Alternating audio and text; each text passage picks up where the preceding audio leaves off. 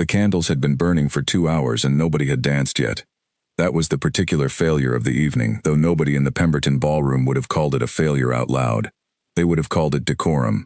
They would have called it propriety and good form and the correct way of conducting an occasion of this sort. They would have used those words with the confidence of people who have been taught, since childhood, to name their restrictions as virtues and their cages as architecture. Lord Alton Pemberton stood near the entrance arch and watched his guests perform the ritual he had spent £400 producing. £400. The number visited him, as numbers do when you are watching something you have paid for fail to become the thing you intended. The chandeliers were worth more than most men earned in a lifetime. The floors had been polished until they held light like shallow water, each plank running gold where the candles caught it, the whole of the floor an invitation that nobody was accepting. The gowns were extraordinary, silk and taffeta and intricate brocade in colors that had cost their owners and their owners' dressmakers a great deal of thought. The coats were pressed and the cravats were arranged with geometric precision, and the powdered wigs of the older guests sat on their heads with the particular dignity of things that had stopped being comfortable decades ago, but had not been informed of this, and therefore continued in service. Everything in this room had been arranged for pleasure. Nobody was having any. They formed and reformed their clusters, the careful social geometries of who stood with whom and at what angle and for how long before the pattern shifted. They laughed at the correct moments, with the correct volume. They moved their fans with the practiced language of controlled emotion, which was the only language fully permitted in a room like this one, coded, deniable, legible only to initiates. They talked about things that were not what they were actually thinking about. They sipped their champagne in the polished way of people for whom champagne had been so long ordinary that they'd forgotten it was meant to produce sensation. The orchestra had been playing for 40 minutes, a minuet. A very good minuet, technically. Pemberton had hired Olivier and his musicians, specifically because Olivier was known to be the finest conductor in private service in London, a Frenchman of impeccable reputation, and 30 years of experience across 6 countries, and Olivier was giving the minuet everything it deserved. But a minuet was what Pemberton had requested, and a minuet was what Olivier played, and a minuet was precisely the problem. The minuet had the right number of steps, the right amount of distance between partners, the right quantity of formality, to ensure that nobody touched anyone they should not touch, and nobody felt anything they were not supposed to feel. It was music designed to demonstrate control. The guests listened to it the way they listened to everything, from a safe and comprehending distance, admiring the craft, untouched by the content. Pemberton had thought it was the safe choice. He was reconsidering. Near the east window, 3 young women stood together in the formation that young women at parties have perfected across centuries, a triangle, 2 facing outward toward the room, one at the apex with a slightly better view. His daughter Clara was at the apex. She was 18 and had been out in society for 5 months, and had already understood something that took many young women considerably longer to grasp, that the architecture of these evenings was designed to display her, not to please her, and that what she was permitted to want was a considerably smaller set of things than what she actually wanted. What she wanted was to talk to Frederick Holt. Frederick Holt was 22 and was standing against the east wall, with both hands wrapped around his champagne glass, and the specific expression of a man who has thought of 7 opening lines, and rejected all 7, and is now working on his 8th. He was the second son of a Worcestershire gentleman, which meant he had education, modest income, a horse he was very fond of, and the irreplaceable social asset of good manners. He had been introduced to Clara 4 weeks ago at a dinner, and had thought of her, with some frequency, since then. He had hoped this evening might provide an opportunity to speak with her properly. He had now been in the same room as her for 2 hours, and had not managed to cross the 15 feet of floor between them. 15 feet. The distance was not great. The social geography of it was enormous. Near the fireplace, not far from the mantelpiece where the best candelabra stood, a woman in gray stood with a champagne glass she had not touched. She was listening to the orchestra. Not politely listening, not the surface attention of a person performing appreciation, but listening the way musicians listen, or readers, or people who have learned that the precise quality of their attention is one of the few things entirely under their own authority. Her name was Constance Marvell. She was 36 years old. She had been a widow for 4 years, which in this room made her simultaneously freer and more invisible than almost any other guest present. The obligations of her old social position had dissolved with her marriage. She had no husband to represent, no household ambitions to advance, no alliances to maintain, while the assumptions had not quite caught up. She was Mrs. Marvell rather than Lady Anything, which meant the room respected her and did not quite know what to do with her. She had not expected to attend this evening. Dorothy Ashby had asked 3 times, and Constance had declined twice, and accepted the third time because she had found herself standing at the window of her Kensington house watching the street outside go dark, and realizing she could not remember the last Tuesday she had been anywhere after dark. She was 36 years old. She was not old. She was not finished. She had simply misplaced, somewhere in the 4 years since George's death, the part of herself that knew where to go at night. She had attended. She was not having a terrible time. She was having a careful time, which was the only kind she knew how to have anymore, and which she was slowly beginning to suspect was not good enough. Dorothy Ashby herself was standing nearby, in conversation with a woman whose opinions on the season's fashions Dorothy had been enduring for 11 minutes and was beginning to find insufficient. Dorothy was 54 years old, sharp-minded and quick in the way of people who have been reading rooms their whole lives and have never stopped finding them interesting. She was Constance's closest friend. She had invited Constance tonight because she knew, with the directness of long friendship, that Constance needed to be somewhere that was not her Kensington house, and that she would not get there herself without assistance.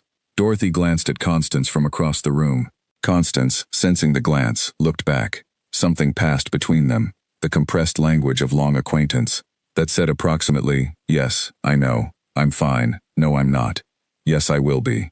Dorothy gave the smallest possible nod and returned to the fashion opinions. Colonel Arthur Graham stood near the north wall. He was 40 years old and had spent 15 of those years in active service before coming home to find that the social life of London had continued without interruption during his absence, and had very definite opinions about how an evening was to be conducted. He stood near the wall because he had learned, in conditions considerably more demanding than a ballroom, that you position yourself where you can see the room before you commit to it. He had been committing to this room for 2 hours and had not found it particularly worthy of commitment. He held his champagne and watched. Lady Whitmore stood at the far end of the room in the grip of her own composition. She was 60 years old and formidable in every direction. Her brother George Whitmore had published, the previous year, a letter to a journal of society on the indecency of continental dance forms, specifically the waltz, which had reached London in rumor and been received with varying degrees of alarm and interest by the sort of people who attended evenings like this one. George Whitmore's letter had been widely read. Lady Whitmore had approved of it. She approved of it still, and her approval was expressed this evening in the particular quality of her attention to the orchestra, which was the attention of someone listening for violations. The orchestra had not yet produced any violations. The minuet continued. Pemberton signaled for more champagne, and looked at his watch and calculated how many more minutes before the evening could politely conclude, and tried to remember what he had imagined, when he had first proposed this occasion to his wife Catherine, that it would feel like. He had imagined something. He could not now recover exactly what. At 9:15, the entrance doors opened. Edmund Harrow, Duke of Aldermore, entered the room without announcement. He was not late in the way that careless men are late, chaotically, apologetically, generating fuss. He was late in the way that powerful men sometimes are, which is to say that his arrival reorganized what had come before it into preamble. The evening, it turned out, had been waiting for him. The evening had not known it was waiting, but it had been. He was 51 years old. His hair had gone the color of winter birch, white at the temples, darker toward the crown, the silver coming in years ago, and having settled now into something that suited him. He was not a tall man in the way that makes other men feel diminished, but he was a man that rooms rearranged themselves around, quietly, without anyone deciding to, the way water arranges itself around a stone dropped into it. He wore no orders, no decorations. He had not worn them in 17 years, having reached the age at which the need to display one's credentials strikes one as embarrassing. The Duke of Aldermore was known in London the way certain things are known, not because he sought attention, but because he was one of those figures around whom events seemed to crystallize, whose presence at a gathering told you the gathering was real. His house was 2 miles from Pemberton's. He had not been invited. He had come anyway, which was the kind of thing he did, and which was why Pemberton, now moving across the room toward him faster than he had intended, was both alarmed and relieved. "Your Grace," Pemberton said, arriving slightly breathless in a way he would regret later. "We had not expected." "I know," Edmund said. He looked around the room with the expression of a man conducting a quiet inventory, not judgmental, precise. "The minuet is very well executed." Pemberton understood this to be a criticism, and was not wrong. Edmund moved into the room. The crowd parted, not dramatically, not with any declaration, but in the small instinctive way of people who have spent their lives reading proximity to authority and adjusting. A space formed around him wherever he walked. He let it. He accepted a glass of champagne from a passing footman, and did not drink it. He moved to the fireplace, and stood there and looked at the floor. He stood there for some time. What he was looking at was not the dancing, which was in any case minimal, but the edges of the room. The people along the walls. The young man near the east window holding his glass with both hands and watching a girl across the room with the helpless single-mindedness of someone who had run out of courage 3 separate times already tonight. The girl, Pemberton's daughter, he supposed, doing the same thing in the opposite direction with considerably more grace, because she had better training in the art of appearing not to want the thing you wanted. A woman in gray near the fireplace.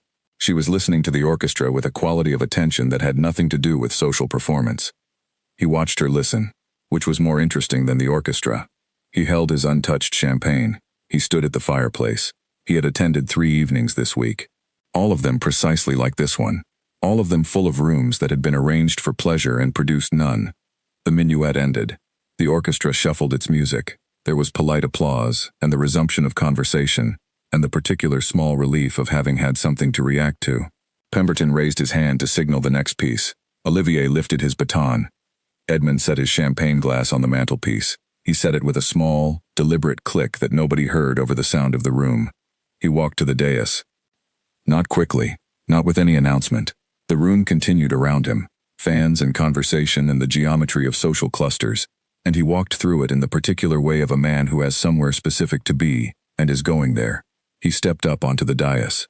He stood beside Olivier in the close, particular way of someone who intends to be heard without raising his voice. Olivier looked at him. George, the first violinist, looked between them. The other musicians held their instruments and waited. Edmund looked at Olivier. "Just play the waltz," he said. 5 words. Said at conversation volume, without drama, without elaboration. 5 words, spoken in the tone of someone stating a fact of geography or physics, something that is simply the case and requires only acknowledgement. The silence that followed was the silence of a room that has heard something it is not sure how to process. A waltz was not on the program. Everyone in this room knew the waltz. Knew it the way you know a road you have been warned not to take, with detailed and comprehensive knowledge maintained at careful distance. It had been arriving in London from the continent for 3 years. It had been debated in journals, discussed in parlors, addressed in letters by men like George Whitmore who understood the danger of things that made bodies do what bodies wanted to do. The waltz put a man's hand on a woman's back, on her actual back. It turned them together in an intimate circle. It produced, in its 3/4 rhythm, something that the minuet was specifically designed to prevent, the feeling of being fully in your body, in the room, in the moment, with another person. That was the objection. Stated in politer language than it actually contained, but that was the objection. Olivier looked at Edmund. He had played for private houses for 3 decades. He had played through riots, through political upheaval, through the particular ugliness of very wealthy people deciding to disagree. He had played once in a city that was burning outside the windows, and he had kept playing because that was what you did. He was not easily rattled. He looked at this man on his dais. He looked at George. George had his bow raised and his chin down and was waiting with the patience of a man who had decided 40 years ago to trust the person on the dais and find it unnecessary to trouble himself with anything else. Lady Whitmore, at the far end of the room, had arranged her face. Pemberton, near the entrance arch, had gone very still. Clara Pemberton, at the east window, did not yet know what was about to happen, but she felt the room shift before it happened, the small tectonic movement of a social moment tipping in a direction. Olivier set his shoulders. He lifted his baton.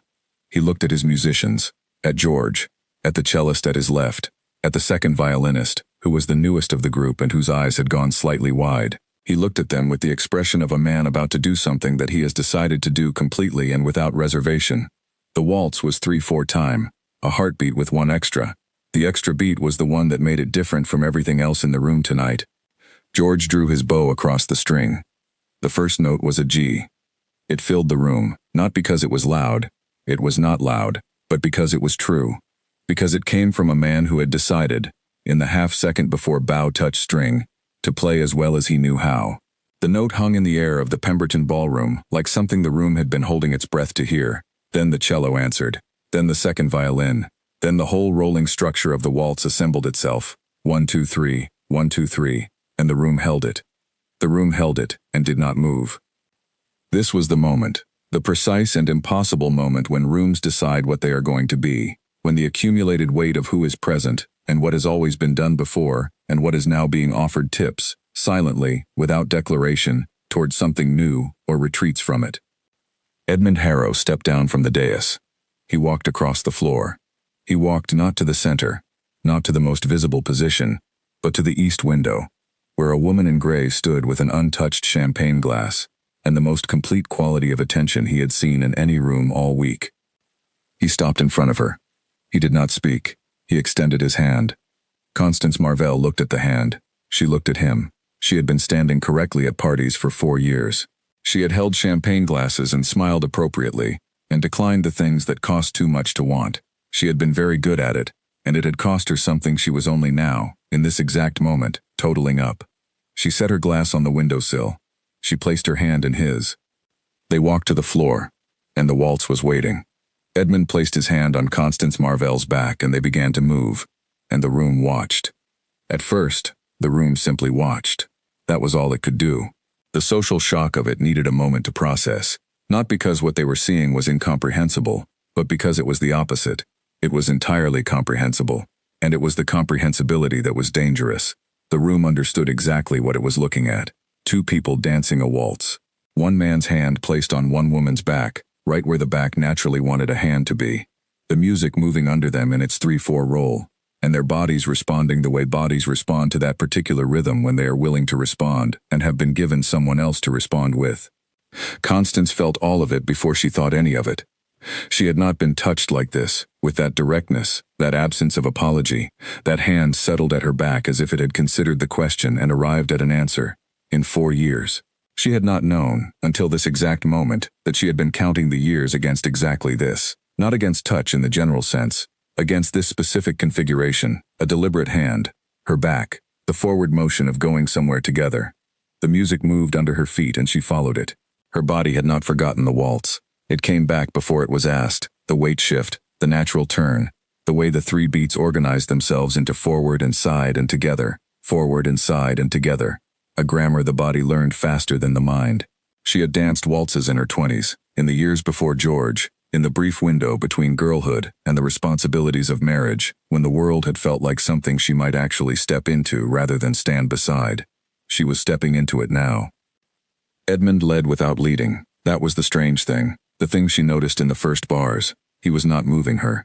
He was making a space and she was filling it, and the space and her filling of it were the dance. She had danced with men who led like furniture movers and men who led like men proving a point, and she had always accommodated both because accommodation had been the skill in highest demand. This was different. She was not being moved. She was moving, and he was moving, and the music was the agreement they had both signed. She looked up at him once. He was looking slightly past her, not rudely, not with disinterest, but with the focused lateral gaze of someone navigating a moving space. And then he looked down at her, and she looked back. And the thing that passed between them was not performance, and not pretense, and not the elaborate code that had governed every exchange she'd had at every party in the last 4 years. She looked away first. She was not ready for it yet. She was not sure she was ready for any of this, and she was doing it anyway, which was the first interesting thing to have happened to her in a very long time. Frederick Holt had been standing at the east wall for 2 hours and had thought of 8 opening lines, and now the 9th was irrelevant because the music had changed, and the music changing had changed everything else along with it. He heard the waltz before he understood what it was. He heard it in his body, which is where the waltz is designed to be heard, not in the mind, not in the critical faculty, not in the part of a person that manages social navigation, but in the chest and the feet, and the particular mechanism that makes people want to move toward other people. He felt it in the way he felt anticipation, as a general warming, as a leaning forward quality in his attention. And then he looked across the room. Clara Pemberton was already looking at him. He understood, in the second before he moved, that the 15 feet between them had always been 15 feet of decision rather than 15 feet of distance. The decision had been made. He walked across the room. He arrived in front of her. She turned toward him from her 2 companions, who stepped slightly aside in the gracious way of young women who have been waiting for exactly this and are pleased it is finally happening. He looked at her. She had blue eyes, which he had noticed at the dinner 4 weeks ago, and had subsequently noticed approximately 140 additional times in his memory. She had a small scar near her left ear from a childhood fall that she had mentioned once, in passing, and which he had remembered because he had found, in the years since that dinner, that he remembered a disproportionate number of things she had said in passing. He said her name. Just her name. The way you say the name of something you have been careful about. She smiled, Not the smile she had been producing all evening, the bright, correct social smile that went on at parties and came off with the gloves. The other one, the smaller, truer one that arrived without permission and left the same way. Yes, she said. It answered a question he had not technically asked, which meant she had been expecting the question, which meant everything. She placed her hand in his. They walked to the floor. Frederick danced the way people dance when they have been waiting too long to dance and have, finally, been released, with energy and relief in equal measure, and an excess of both that produced, in the first moments, a slightly too enthusiastic turn that Clara corrected with the easy authority of someone who had been properly taught. He accepted the correction with good grace. He would have accepted almost anything from her with good grace at this particular moment. "You dance well," he said. "You are improving," she said. He laughed. She had not expected the laugh, that particular laugh, easy and genuine, the kind that belonged to someone's real self rather than their social presentation. She found she wanted to produce it again. Dorothy Ashby had been watching all of this from 11 feet away, with the complete and pleasurable attention of someone watching a situation confirm what she had suspected for some time. She was, by this point, entirely finished with the woman's opinions on fashion. She had been finished for several minutes. She had been finding it increasingly difficult to maintain the expression of active interest. She turned from the conversation, with the smooth efficiency of someone who has been ending conversations for decades and has it down to an art, and found Colonel Arthur Graham standing beside her. She had met Graham 3 times, 3 different evenings over 2 months. Each time she had categorized him as a wall-standing man, which was not uninteresting but was also not what she was looking for when she considered how she wished to spend her remaining time. She had been wrong, she now suspected. The wall-standing was tactical, not dispositional. The man inside the position was something else. He did not say anything. He simply offered his arm. Dorothy Ashby was 54 years old. She had been reading men for 50 of those years and knew the difference between a man who offered his arm as a social formality and a man who offered it because he wanted to be somewhere with her specifically. This was the second kind. She took his arm and they walked to the floor. Graham danced the way soldiers sometimes dance when they have been in places where the body had to do difficult things, with precision, with economy, with the sense of someone who knows exactly where their weight is at all times because not knowing, once, had consequences. He led her through the first turn and she followed, and they were, both of them, good at this, which they had not previously known about each other. "You have been standing near walls all evening," she said. "A habit," he said. "From service. You know the room before you enter it. And have you entered this one?" He thought about this. They turned through the next measure. "I am reconsidering my position," he said. She glanced at him sideways. What changed? "The music," he said. She did not push further. She was a woman who knew when something was true without elaboration and when to let it be. This was true without elaboration. She let it be. Near the south wall, Harriet Bloom watched the floor fill. She was 23 and had no title, and her family had no particular standing in rooms like this one, and she had been brought tonight as her aunt's companion, which was a polite way of saying that someone needed to be there to agree with her aunt and help her with her rap and be available in case of need. Harriet had spent the evening being correct and inconspicuous. She was good at it. She had a great deal of practice. She watched the floor. She watched the couples on it. She watched, in particular, Clara Pemberton and the young man who had finally crossed the room. And she watched Dorothy Ashby and the Colonel. And she watched the Duke and the woman in gray at the center of everything. And she felt something rising in her chest that was not envy exactly, and was not grief exactly, but was the specific quality of wanting that you feel when you are watching someone else do the thing you would like to do, and cannot see how to begin. She became aware, gradually, that the column to her left had a person leaning against it. William Crane was 23 years old, and had been in London for 3 weeks, having arrived from the north where he had been stationed for the previous 6 months.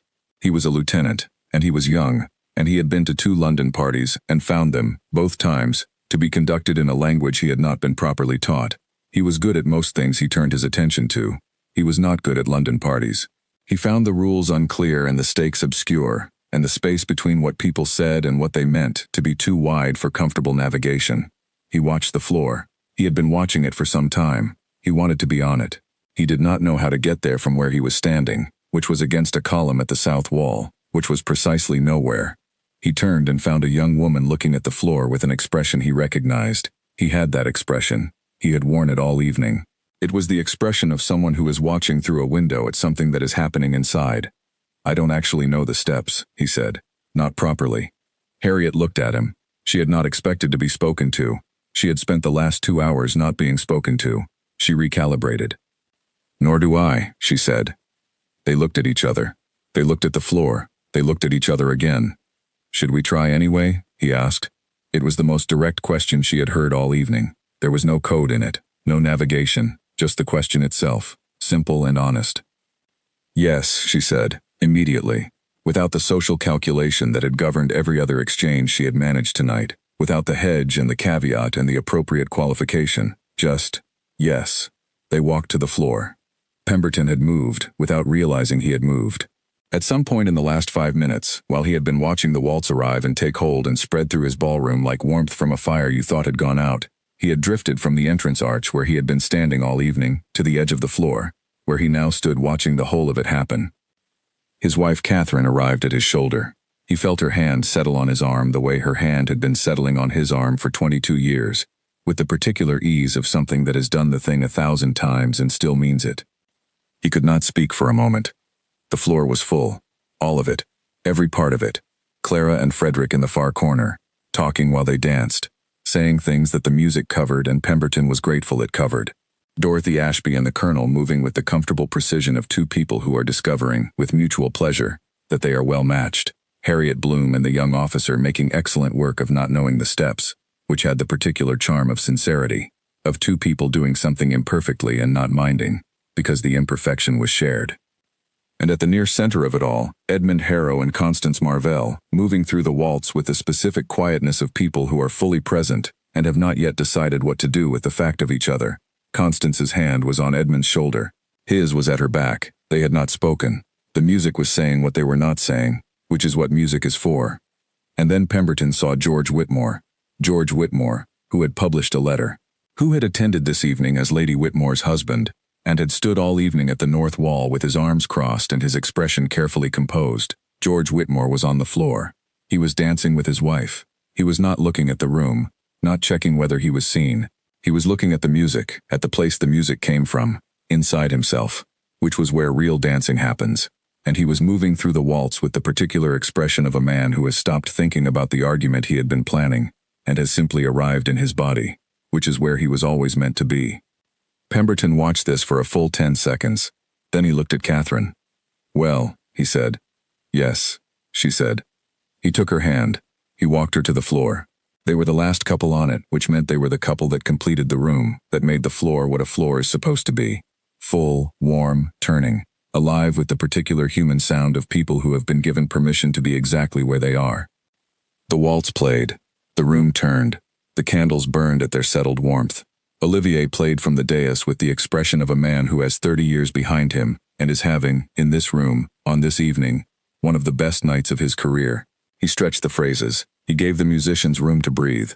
He played the waltz the way the waltz was meant to be played, not as a display of competence, but as an act of generosity, a gift given to the room with both hands. George the violinist drew his bow with the specific commitment of someone who understood, in this moment, that what he was doing mattered. He played beautifully. He played as if the music were a person he was trying to reach.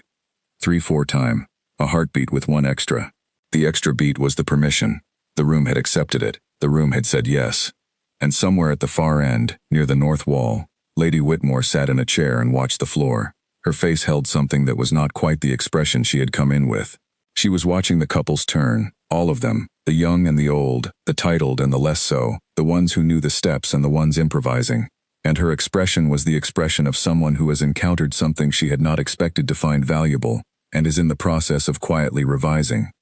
She did not dance, but she watched, and watching, in this room, on this evening, was its own kind of participation. The waltz went on. The room went on. The candles burned. And on the east windowsill, forgotten entirely, sat Constance Marvell's champagne glass, full, untouched, standing in testimony to the moment she had set it down and walked toward something she wanted.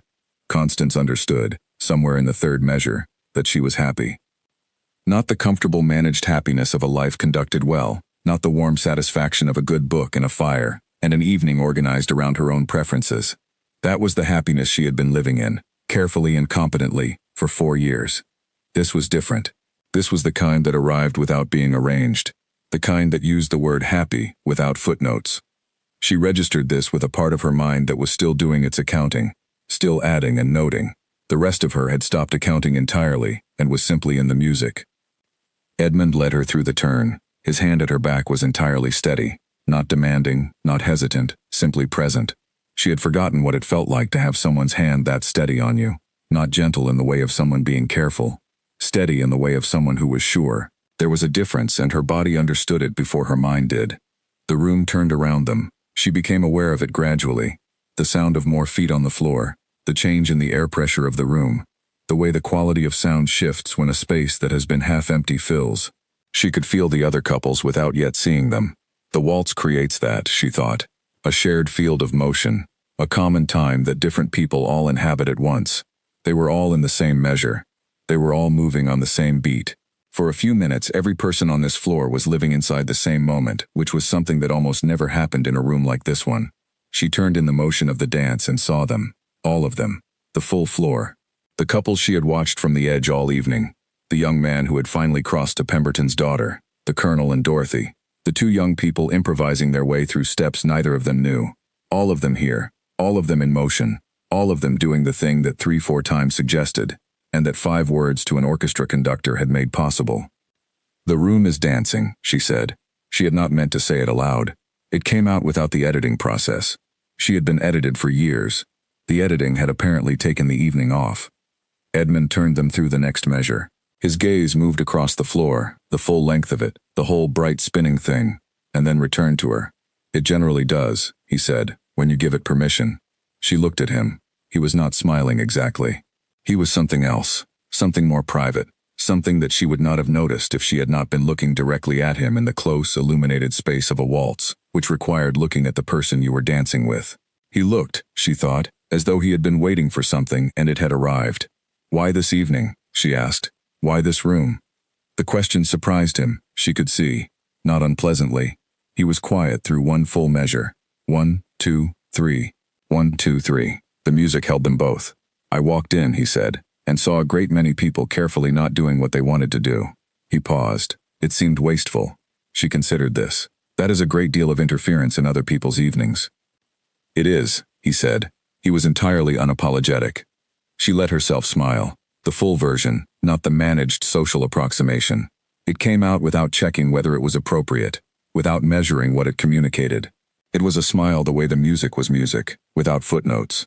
Around them the room moved in its new grammar. Frederick and Clara had found, in the waltz, the thing that parties had been preventing them from finding. A context in which conversation was not performance. They were talking. Actually talking. The quickly overlapping exchange of two people who have discovered they agree on the important things and disagree on the interesting ones and have approximately unlimited material for both. What do you do, Clara asked, when you are not standing at walls at parties? I read, Frederick said. History mostly. Accounts of what has actually happened. I find it more reliable than accounts of what people say has happened. That is a very particular distinction. It is a very important one, he said. He turned her through the next beat. What do you do? I paint, she said. Not brilliantly. My mother believes I paint adequately, and my father believes everything I do is remarkable, so I average their assessments and accept that the truth is probably somewhere between adequately and remarkable, leaning toward adequately. May I see them? He asked. It was a direct question. She had been asked many questions this evening, but none so direct, none so simply desirous of the thing it asked for. She looked at him. You could call, she said. Tuesday afternoons are usually possible. He held that word, Tuesday, for a moment before he spoke it back to her, Tuesday. At 2 o'clock, she added. Then, because this was already honest, because the waltz had apparently disposed of the usual covering strategies, she added, I would like to show someone. My mother's assessments are kind but predictable. He grinned. It was sudden and entirely real, and it changed his face in a direction she had not anticipated and found, now that she had seen it, she would like to see again. Dorothy Ashby and Arthur Graham had reached the edge of the floor and discovered they were navigating the same outer circuit repeatedly, which was less dancing and more of a continuous conversation that required occasional movement to justify the space. Dorothy did not mind. The conversation was more interesting than most rooms she had been in this year. Graham was talking about Ireland, not the strategic military Ireland of dispatches and reports, but the physical Ireland, the quality of the light there in autumn, The way the landscape held weather differently than England, the specific loneliness of a posting where the work was serious and the company was variable, and the letters from home took 3 weeks. "Did you miss London?" she asked. "I missed the idea of it," he said. "Coming home was different." "How so?" He was quiet for a moment. They moved through the turn. "The city continued without me," he said. "That is the correct thing for cities to do. But returning to something that has continued without you requires a period of adjustment that nobody prepares you for." "My husband said something similar," Dorothy said. She had said this once, at the beginning of the evening, to Constance. But this was different. This was said to Graham specifically, which meant something different. He came home from his second campaign and found the house too quiet and the parties too loud. He called the gap between the two, the in-between. Graham looked at her. "That is exactly it," he said, "the in-between." "He was in it for about a year," she said. "And then one day he was not. I do not know what changed." "Neither does anyone," Graham said. "It changes and you find out it changed." She looked at him steadily. "And for you?" He considered the question with the seriousness it deserved, which she appreciated. "I am," he said, "in the process of finding out." They danced.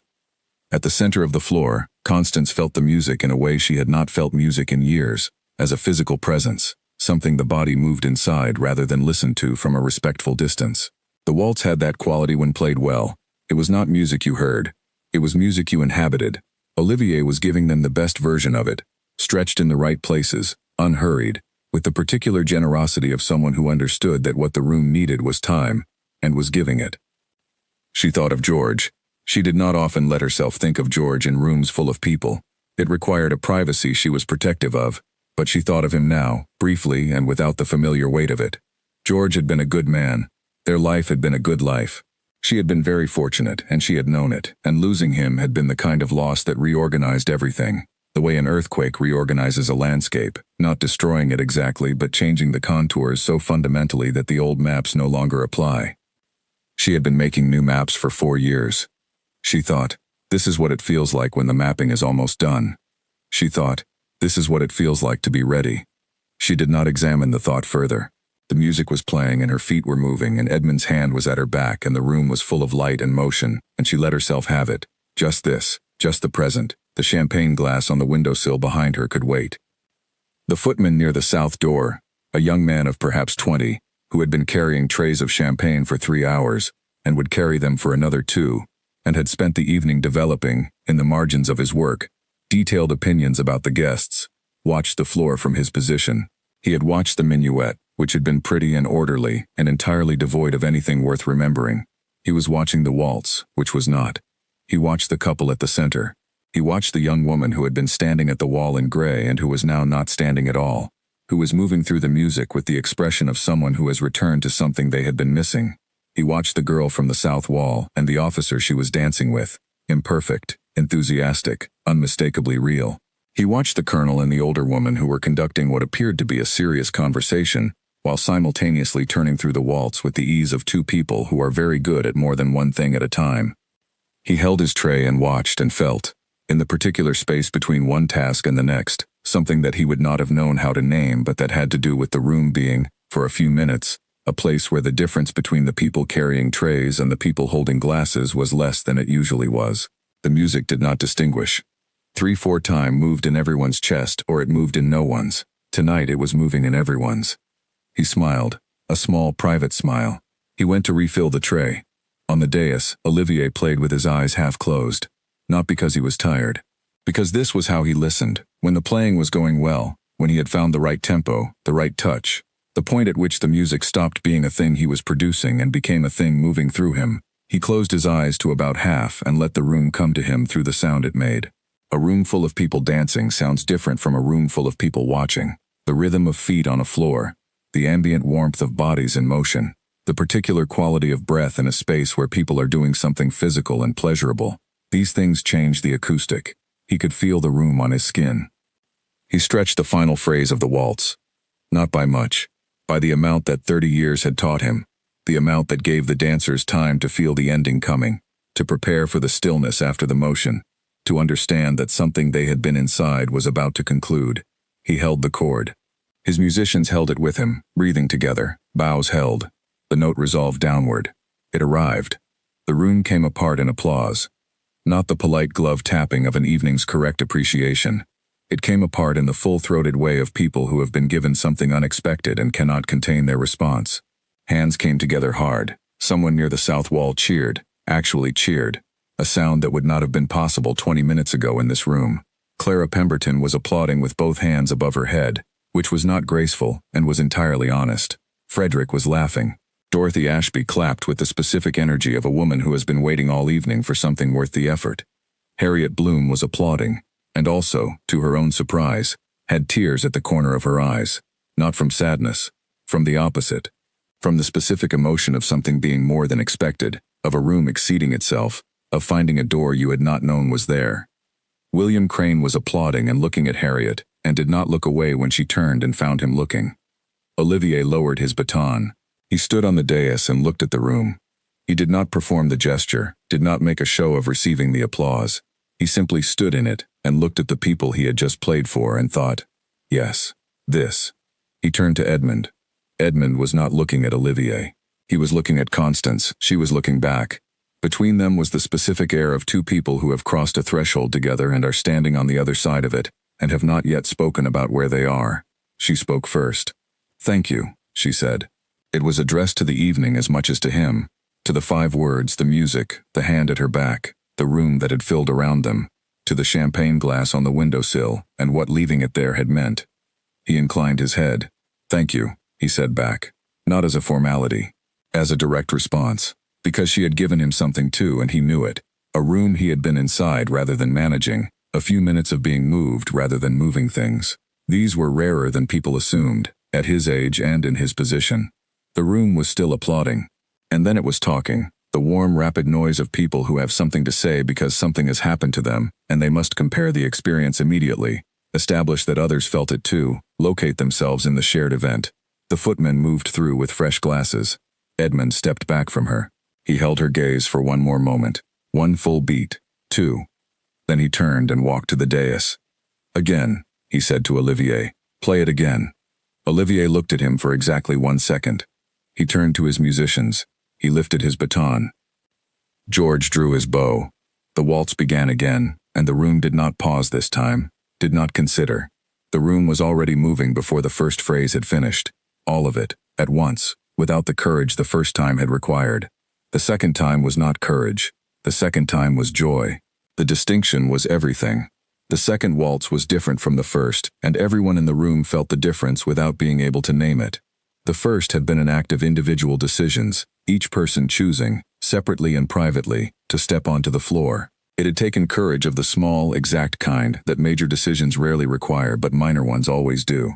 The courage of being the person who goes first, of being visible in the act of wanting something.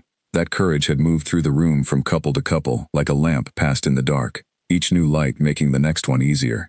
The second waltz needed no such passing. The room was already lit. The room moved all at once, the way a field of grass moves in wind, not deciding, just responding, just being what it was when the right conditions met it. Frederick and Clara were on the floor before anyone. They had been standing at the east window, not quite dancing and not quite not dancing, and when the music started they were simply already there. He led this time with the easy authority of a man who has been relieved of some long-held anxiety. Not perfectly, not with the technical precision of someone who has practiced for years, but with the wholeness of someone who is entirely here, entirely present, entirely willing. She followed and let herself follow. She had been taught all her life to pretend she was not following, to make leadership look like mutual agreement, to redistribute credit in ways that cost her the reality of the thing. She was done pretending. She was following him through a waltz in her father's ballroom and she was happy about it and she let it show. "I was thinking," she said, "that I might have you read something." He raised an eyebrow. "One of your history books?" "Something I wrote," she said. "Not the paintings, the other thing." "The other thing," he repeated carefully. This was, clearly, more significant than the paintings. "I write," she said. "Not well, probably, not anything. It is not organized into anything. I keep notebooks." She said the last word the way people say things they have not said to anyone before, with the particular vulnerability of the first time. "I have not shown them to anyone." "Why me?" he asked. He asked it seriously, which she appreciated. Not why me as self-deprecation. Why me, as a real question deserving a real answer. She considered. They moved through the turn. Because you laughed honestly, she said. When I said the thing about adequately and remarkable, you laughed before you decided to. That seemed important. He thought about this. Tuesday, he said. Bring them Tuesday. She blinked. You want to see them? Yes. I said they are not very good. You said they are probably not brilliant, he corrected. That is different from not very good. And I suspect you are wrong about both. She looked at him. She was not someone who cried at parties, had not been, in 5 months of being out in society, ever in danger of it. She was in mild danger of it now, which was extremely inconvenient, and which she managed by looking at a fixed point over his shoulder until the danger passed. He had the grace not to notice, or he noticed and had the grace not to respond. Either way, she was grateful. Tuesday, she said, when she was sure of her voice, at 2 o'clock, and you must not be kind about them just because you want to come to tea. I will not be kind about them at all, he said. I will be accurate. Good, she said. That is what I want. Dorothy Ashby and Arthur Graham had left the floor after the first waltz, not because they were done dancing but because they had been in the middle of something when the applause interrupted them and they needed to find the thread again. They had found 2 chairs at the edge of the room, and the conversation had continued from where it stopped, which was the mark of a good conversation. Graham was telling her about a particular morning in autumn, 8 years ago, on a wet hillside, when he had understood, not thought but understood, in the part of understanding that bypasses language, that he would come home from that campaign. Just that, he would come home. He had not known before that morning. He had been uncertain in the way that men in service are uncertain, not morbidly but practically, carrying the uncertainty as part of the weight of the work. That morning on the hillside in the wet, watching the light come over the ridge, he had known. How did you know? Dorothy asked. I did not know how, he said. That is the nature of that kind of knowing. It arrives complete. And when you came home? He was quiet. They were sitting side by side, not quite facing each other, both looking at the floor where the other couples danced. It was different from the knowing, he said. The knowing was clean. The coming home was not. No, she said. It rarely is. She was thinking about her husband again. About the year of the in-between, which she had lived through from the other side. Not the one experiencing the gap, but the one who lived beside the person experiencing it, which was its own particular difficulty. The difficulty of loving someone through a distance you cannot close, because the distance is inside them. What helped him? Graham asked. He asked it quietly, as if the question might be too much. Time, she said. And then something specific happened and it changed.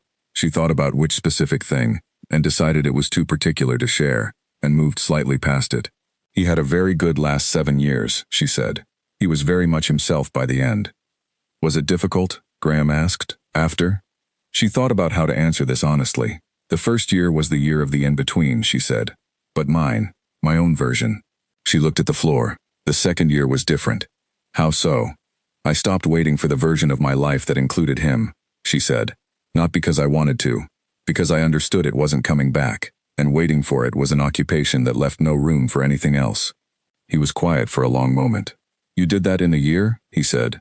2, she said, and it was not clean. I am giving it a cleaner shape than it had. Still, he said. 2 years. She glanced at him. How long have you been in the in-between? He considered this. On the floor the waltz turned. Harriet Bloom and William Crane moved through a turn that was now, after 2 waltzes, considerably better than their first attempts. Growth, she thought. The evening was producing growth. I am not certain, Graham said. Possibly since I came back. Possibly the full 3 years. She did not say anything for a moment. She let him have the silence. Well, she said then, simply, 3 years is long enough. He looked at her. It was a look of the particular kind that happens when a person has said something true in a very few words. The kind of look that is also agreement. Yes, he said, it is. Harriet Bloom and William Crane were, by the second waltz, genuinely dancing. Not impeccably. There were still moments of negotiated improvisation, of held breath turns and recovered balance, but genuinely, with the specific pleasure of people who have acquired a skill through necessity and found it to be real. You are better than you said, she told him. You are also better than you said, he said. Where did you learn? I taught myself from watching, she said. Tonight, just now. He looked at her. In 1 waltz? I learned quickly, she said, and I was very motivated. He grinned. She had found, over the course of 2 dances, that his grin was her favorite thing in this room. It arrived without warning, and changed his face entirely, from the careful, composed face of a young officer in a London ballroom to something that belonged to a person rather than a position. "What are you doing on Tuesday?" he asked. She blinked. "Nothing specific. There is a gallery," he said, "near the river. It has some interesting things in it. Or it had them last week when I passed. I cannot guarantee they are still interesting, but I am willing to find out." She looked at him. She had come to this party as someone's companion. She was being asked to go somewhere on Tuesday as herself. The distinction was significant. "Yes," she said. For the second time that evening she said yes before she had finished deciding. She was beginning to think this was a better policy than the alternative. William Crane, who had the card in his breast pocket and was going to keep it, and had known this since the moment she gave it to him, felt the evening settle into something complete. Lord Pemberton danced with Catherine. He had not planned to dance. He had organized an evening in which he himself was a spectator, a host, a facilitator, not a participant. The floor was not for him tonight. The floor was for his guests, for his daughter, for the £100 investment in an occasion that would be talked about, he hoped, in the good way. And then the music had started, and Catherine had been at his side, and there was no reason he could see not to, and a great many reasons he felt to, and they were on the floor. He had married Catherine 22 years ago. He had danced with her at their own wedding and at approximately 15 or 20 subsequent occasions spread across those years, and he knew how she danced in the way he knew how she breathed, without noting it, completely. They moved through the waltz with the ease of long familiarity, which is the ease that requires no performance and produces the most pleasure.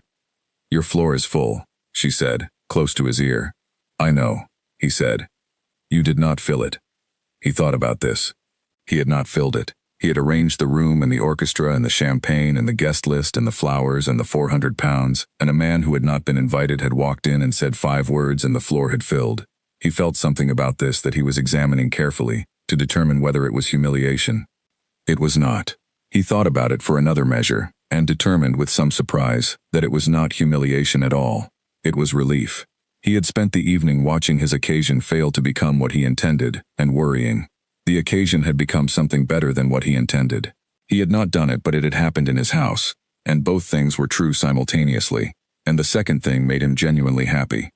"My floor is full," he said. "And Clara looks well," Catherine said. He turned them so that he could see the far corner. Clara and Frederick were very close to each other in the way of people who have stopped maintaining the standard distances and have not yet established what the new distances will be, which meant things were going excellently. "She does," he said. "He is a good choice," Catherine said. She had the directness of a woman who has been reading people for 51 years and no longer bothers with the preamble. "We don't know that yet," Pemberton said. "I know it now," she said. "She is laughing. She almost never laughs like that." He watched his daughter laugh. He watched Frederick's face when she laughed, the specific expression of someone who has caused something they wanted to cause, and is trying not to be visibly delighted about it, and failing. "All right," Pemberton said. "He may be a good choice." Catherine squeezed his hand. They danced. Edmund and Constance had left the floor after the second waltz ended. They had not discussed leaving. It had simply happened naturally, the way things happen when two people have been paying attention to each other. They both felt the music resolve, and they both stepped back from it at the same moment. They were standing near the fireplace, not quite at the fireplace, not quite anywhere, exactly. In the particular no man's land of a room after a dance when the question of what happens next is present and has not been answered. Edmund looked at the room. He had organized dozens of evenings over 30 years. He had made rooms move and kept rooms in order, and done what needed to be done in rooms where things needed doing. He was good at it. He did not require thanks for it. He had accepted, a long time ago, that the cost of being the person who moves things is that you spend very little time being moved by them yourself. Tonight he had been moved. He was noting this. He was noting it with the care of someone who understands that such evenings are not common, that what has just happened is the kind of thing that most people experience rarely, and some people not at all. He had danced. He had actually danced, not performed dancing, not been a useful presence on a floor. He had danced, inside the music, with a woman who was listening to him, and to the music at the same time, and was not pretending that either was more important than the other. He said, "I have been in London for 4 months. She looked at him. She understood this was a piece of information being offered, not conversational filler. "I know," she said. "You came back in December. People noticed."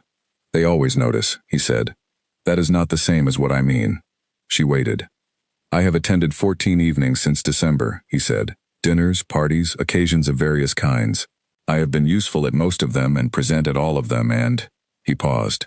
"Inside none of them. Until this one." She looked at the fire. The flame was low and settled, burning in its late evening way, steady and without urgency. "I understand that," she said carefully. "I thought you might," he said. The room around them was still dancing, still turning, the second waltz in its middle section, the couples in their various states of conversation and connection and pleasure. It was a good room. It had become a good room. He had had something to do with that, and she had had something to do with that, and the music had had everything to do with it. "I am at Kensington," she said. "If you wish to call." "I know," he said. She raised an eyebrow. "You know." "I made an inquiry," he said, without apology, without the performative indifference that was the usual costume for interest at this stage of these things. He had inquired. He was telling her. These were the facts. "An inquiry," she repeated. She looked at him. He was 51 years old and had silver hair and had made rooms move for 30 years, and had just told her plainly that he had asked about her address. She thought, "This is the most honest social exchange I have had in 4 years." "I had been waiting for a reason," he said. He looked at the fire. "I find I now have one." She was quiet for a moment. The music continued around them. "Tuesday," she said. "Tuesday afternoons are usually possible." He turned to look at her. The relief was there again, clearer now, more visible, because they were not dancing and she had more time to look. He was a man who had given permissions and received very few. She had just given him one. "Tuesday," he said. They stood by the fire in the room that was turning around them, and the evening moved toward its final hour, and neither of them moved away. The last piece Olivier played was not a waltz. It was a German Lied, a long, resolved piece of music for strings that borrowed the waltz's turning quality, its suggestion that the body knew where it was going before the mind had organized the paperwork, but slowed it to something almost meditative. Not a dance piece, strictly. But 3 couples on the floor continued to move through it anyway, barely moving, more resting on each other's rhythm than dancing. This was the right response. Olivier had chosen the piece for exactly this, to give the room a way out of the evening that was not an abrupt return to standing still. He played it with the care of a man setting something down gently. All evening he had been generous, with tempo, with phrase length, with the particular spaciousness that good conducting creates. Now he was being generous with the ending. He was giving the room time to understand that the evening was concluding before it had to feel the conclusion. The candles had been burning for 4 hours. They were in their late stage now, shorter, the light yellower, warmer, a softer version of the room's earlier bright clarity. The footmen had kept them tended throughout the evening, replacing the spent ones quietly, without disrupting the occasion, slipping in at the periphery with their tapers and their practiced unobtrusiveness. The room looked better this way. It had the look of somewhere that had been lived in for a few hours, and had taken on the warmth of that living. Clara and Frederick had come back to the floor for this last piece. Not dancing exactly, standing together in the music the way you stand in a room you have decided to like, with your full weight on the floor, not half prepared to leave. "I have been thinking," Frederick said, "about what you said, about the notebooks." She looked up at him. "Already?" "I have been thinking since you said it," he said. "I think, if they are what I imagine they might be, that you have not been writing not very good things. I think you have been writing things you were not sure anyone would read. Those are different problems." She was quiet for a moment. The music moved under them. She thought about the notebooks, the 3 of them in her desk drawer, filled across 2 years with observations and stories and the particular compressed records of a person who needed to write things down, because otherwise they would simply accumulate inside her with nowhere to go. "What makes you imagine what you imagine about them?" she asked. "The way you talk," he said simply. "The thing you said about adequately and remarkable. The thing about calibrating your parents' assessments toward the middle. Those are not things you say if you see the world in an ordinary way." She looked at him. "I will show you on Tuesday," she said, "and I will not warn you anymore that they are probably not good, because I think you have already decided what you think, and further warning is redundant." "Accurate," he said. He was smiling. She had begun to understand his smile, how it arrived, what triggered it, the difference between the polite social version and the real one. She was in the business, already, of learning someone, which was the part of beginning something that she had thought she had forgotten how to do. "Do you always decide things quickly?" she asked. He considered. "No," he said. "I decided about you in the first 10 minutes of the dinner 6 weeks ago. I have been slow about everything since." "The 10 minutes," she said. "What happened in the 10 minutes?" You said that Wellington's strategy at a particular engagement had been discussed by the historians as though he had choices he did not actually have, and that everyone has continued to accept the official account, because the official account is tidy, and the actual account involves a degree of improvisation that makes everyone uncomfortable. He paused. I had thought exactly that for a year, and had not said it to anyone. She stared at him. That is a very specific reason. I am a very specific person, he said. The music moved. They moved with it.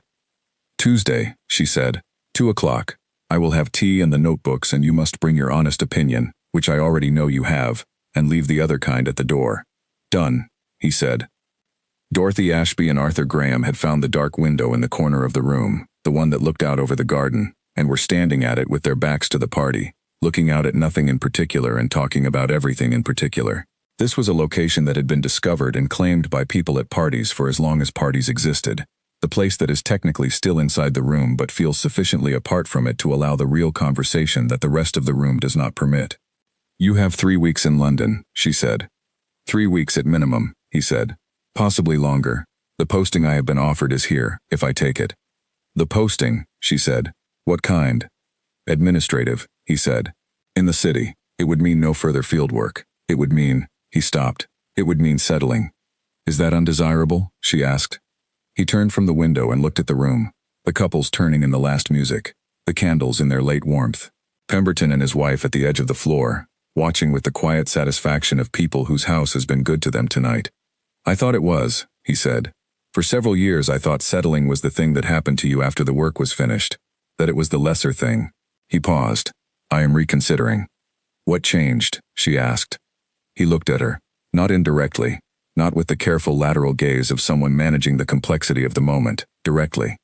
This evening, he said, specifically the last hour of it. She held his gaze. She was 54 years old and she had been reading men for 50 of those years, and she knew what this was. She knew it with the certainty of someone who has had long experience with the difference between what is performance and what is true. I live in Belgravia, she said. I have a house there and a good garden, and on Thursday evenings I am always at home. If you are in London on Thursday, you may call. I am in London on every Thursday for the foreseeable future, he said. Good, she said. Then we will have something to discuss. They turned back to the window. The garden outside was dark and cold and held the specific stillness of a garden in a city at night, not the stillness of emptiness, but the presence and absence of something that existed in a different register from the warm light behind them. They stood in it together, not touching, in the comfortable proximity of people who have passed the point of uncertainty and arrived somewhere. Harriet Bloom was sitting with her aunt near the fire.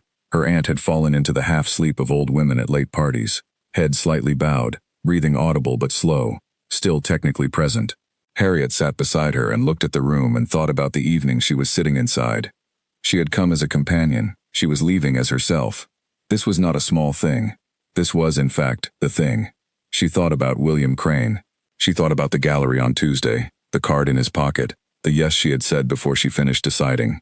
She thought about the waltz she had not known the steps to and had done anyway, and had done genuinely, not perfectly but genuinely, which was the lesson she had needed to learn in a form that her body rather than her mind could process. She thought about the woman in gray at the center of the floor, Mrs. Marvell, Dorothy's friend, the widow she had been pointed out to at the beginning of the evening as someone to whom one should be polite.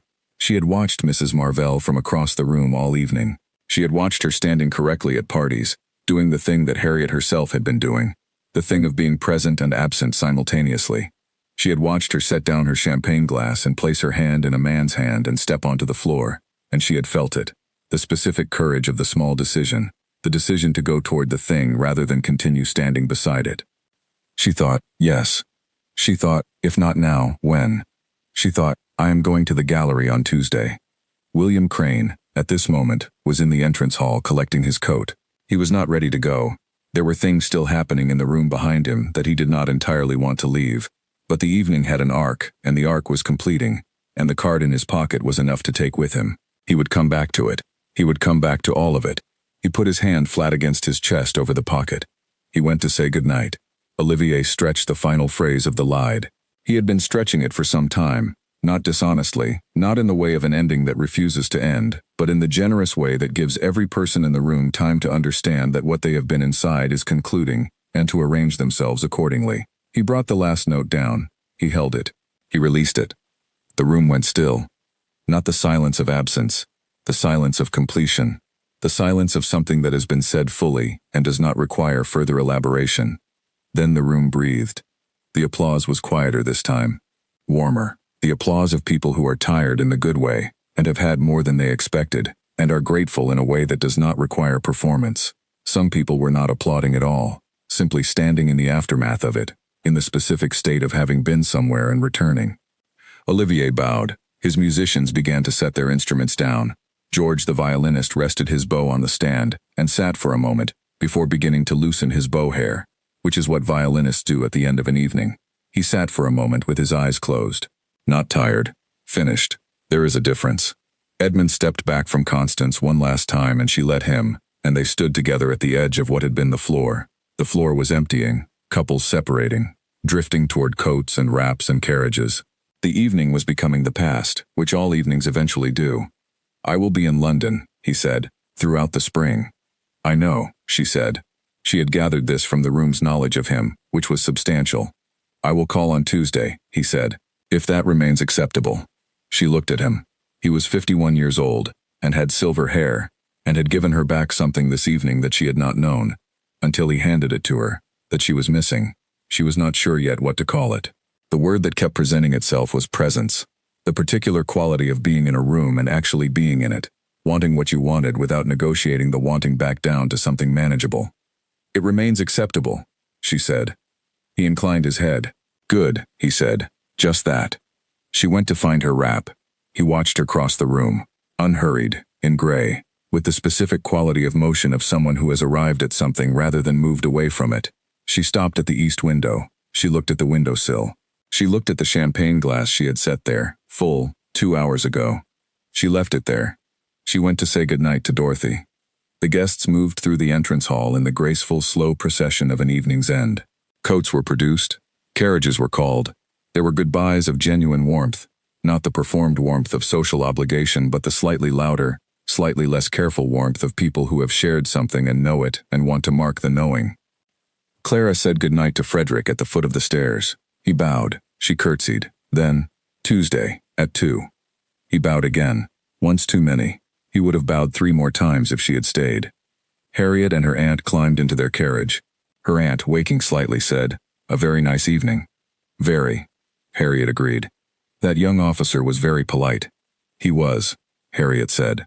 "He spoke to you for quite some time." "He did," Harriet said. Her aunt considered this. She was a woman who had been gently opposed to everything unusual for 62 years. She revised her opposition, silently, and then said, "I suppose he might call." "I expect he will," Harriet said. Her aunt nodded once, in the manner of someone accepting a position she would not have accepted this morning and finds, this evening, to be acceptable. Harriet looked out the window at the dark city streets moving past. She thought about the gallery on Tuesday. She thought about learning the waltz one measure at a time, by watching, in the middle of doing it. This seemed to her, in the late dark of the carriage going home, like a useful approach to many things. Dorothy Ashby's carriage moved through the Mayfair streets in the direction of Belgravia. She sat in the dark with her hands folded and her eyes open and looked at the passing city with the expression of a woman who has had a very good evening and is taking account of it. She thought about Arthur Graham standing at the dark window. She thought about 3 weeks that might become longer. She thought about Thursday evenings, which she had kept free for years, not entirely knowing why, and which now appeared to have a purpose. She thought, good. Edmund Harrow was the last of the significant guests to leave. He did not hurry. He said goodnight to Pemberton with real warmth, the warmth of one man recognizing in another man the quality of having hosted something genuinely and without reservation. He thanked Lady Catherine for the evening with the specific sincerity of someone who meant it specifically, not generally. He stood for a moment at the top of the steps in the cool April air. The street below was quiet. The last carriages of the evening were moving away from Pemberton's door, lamps swaying, horses patient. One of them carried Constance Marvell. He watched it move down the street. He watched the lamplight catch it briefly and then release it. He watched it reach the corner. It turned. He stood on the steps for a moment after it had gone. He was 51 years old. He had made rooms move for 30 years. He had given permissions and kept order and done what was necessary in rooms where things needed to happen, and he had accepted, as part of the cost of this, a certain structural solitude, not loneliness exactly, but the particular aloneness of the person who organizes things rather than inhabiting them, who gives the permission and does not need it himself. Tonight he had needed it. He had danced. He had been inside the music rather than producing it. He had spoken to a woman by a fire in a way that was real, not the words chosen for effect, but the words that were true, which were sometimes the same words and sometimes very different ones, and tonight had been the very different kind. He had said, "I had been waiting for a reason." He had never said that to anyone. He had not known he had been waiting until the sentence came out of him, and turned out to be accurate. "Tuesday," she had said. He walked down the steps to his carriage. Olivier walked home. He lived 20 minutes from Pemberton House, in a set of rooms above a bookshop on a quiet street that smelled, in winter and in the first cool weeks of spring, of wood smoke and damp stone. He could have taken a carriage. He did not. After evenings that had been particular, he needed the walk. He needed the ordinary dark of London between him and the room he had just left. A transition, a decompression, the slow return of the city's normal texture after the compressed heat of the occasion. He walked with his violin case on his back and his hands in his coat pockets, and the music still moving in him, which was how it always was after an evening he had played truly well. The music did not leave immediately. It lived in him for a while after, in the tempo of his feet, in the quality of his attention to the sounds of the street, in the way he heard the city as if it were an instrument producing sounds rather than simply producing noise. He had played the waltz 3 times tonight. He had played the Lied once, at the end, and played it as well as he knew how. He had played these things in a room that was ready to receive them, which was rarer than any particular piece of music or any particular quality of playing. Readiness in a room, that specific combination of the right people and the right moment and whatever invisible force makes an occasion become more than an occasion, was the thing you could not manufacture or arrange or spend money on. It either happened or it did not. Tonight it had happened. He thought about the Duke who had walked onto his dais. He thought about the 5 words. He thought about the room before and after those 5 words, and the specific change in the air of it, and the way the floor had filled not once but twice, and the sound the room made when the music resolved, that particular applause, that particular warmth. He had been playing for 30 years. He had played in throne rooms and private houses and a festival tent in a field in France where the summer rain came through the roof, and people danced in the wet anyway because the music was too good to stop for weather. He had played in a burning city once, on a stage that the fighting had not reached, and he had played everything he knew until the audience was gone, and then he had played for the room itself. He had played good evenings and ordinary evenings and evenings that were something else entirely. Evenings where the right convergence of circumstances produced something he could not replicate or explain but knew immediately for what it was. This had been one of those evenings. He reached his building. He stood at the door in the cool air and looked up at the street and thought, yes, this was one. He went inside. Lord Pemberton and Lady Catherine were the last people in the ballroom. The footmen had begun their work, collecting the glasses that had been set down and not recollected, straightening the chairs that the evening had displaced, addressing the candles that had burned to their final depth. They moved through the room quietly, efficiently, in the practiced way of people who had done this many times and understood that an empty ballroom after a good party required a specific kind of care, not the brisk restoration of order but something gentler, the slow return of the room to itself. Pemberton stood at the center of the floor. He had spent the evening at the edges of things. He had watched from the arch, watched from beside Catherine, watched from the margins of his own occasion, and now he stood at the center of the floor that had been full, that had been turning, and he let himself stand there fully for a moment. The floor was warm under his feet, not from the fires. The fires were banked now, low and orange at the edges of the room, warm from the evening, from the motion, from the 100 small human warmths that had occupied this floor for the last 2 hours, and left something of themselves in it. He had organized this evening. He had spent £400 and a month of planning, and he had, for 2 hours, watched it decline to be the thing he had intended. He had been alarmed and bewildered, and had felt, at various points, the specific helplessness of a host watching his occasion fail. He had been wrong about all of it. The occasion had not failed. The occasion had become what occasions sometimes become when the right things happen at the right moment, which is to say, it had become real. He had not made it real. A man who had not been invited had made it real. Pemberton was examining once again how he felt about this, and was arriving once again at relief rather than injury. The relief surprised him each time it arrived. He let it. Catherine appeared beside him. She had been speaking to the housekeeper about something. The practical conversation that follows every social occasion. The inventory of what had been used, what would need attention, What could wait until morning? She arrived at his side and he felt her presence the way he always felt it, as a steadying. "Alton," she said. "Yes," he said. She took his hand. They stood at the center of the empty floor. "Clara looks well," she said again. She had said it earlier, on the floor, but she was saying it now in the specific way of something that deserved to be said more than once. "She does," he said. "And the evening?" "Yes," he said. He did not need her to finish it. He squeezed her hand. She squeezed back.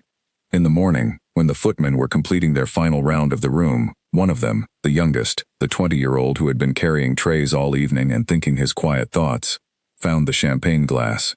It was on the east windowsill, still full.